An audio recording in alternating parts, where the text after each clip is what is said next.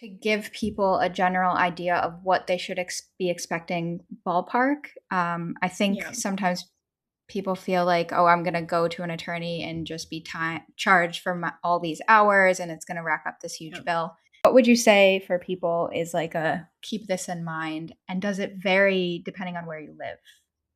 It definitely is going to vary depending on where you live.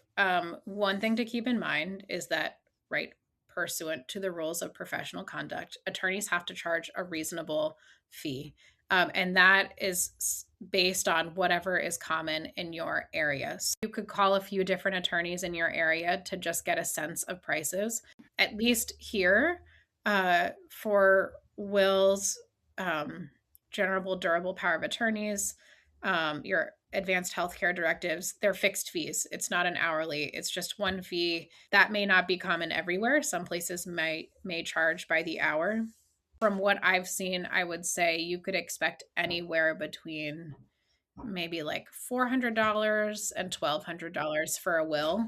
Okay. All depending on where you live, right? I think if you live in a big city, expect something closer to the top end of the range. If you talk to an attorney and the fee seems high, just maybe call a couple other attorneys in the area and just see if it's comparable.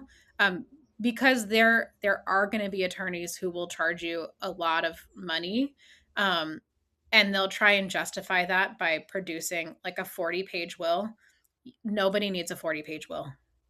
It might be like a 10 or 15-page will, depending on, right? If you have like 20 relatives you want to leave things to, that's going to naturally make it a longer document. But there's nothing that's going to go into your will that would dictate it needing to be that long. There are a lot of attorneys who will try and take advantage, and they'll give you like a fancy binder with all your documents. You don't need all of that. Um, so just make a couple of calls to make sure you feel comfortable with the person that you're hiring.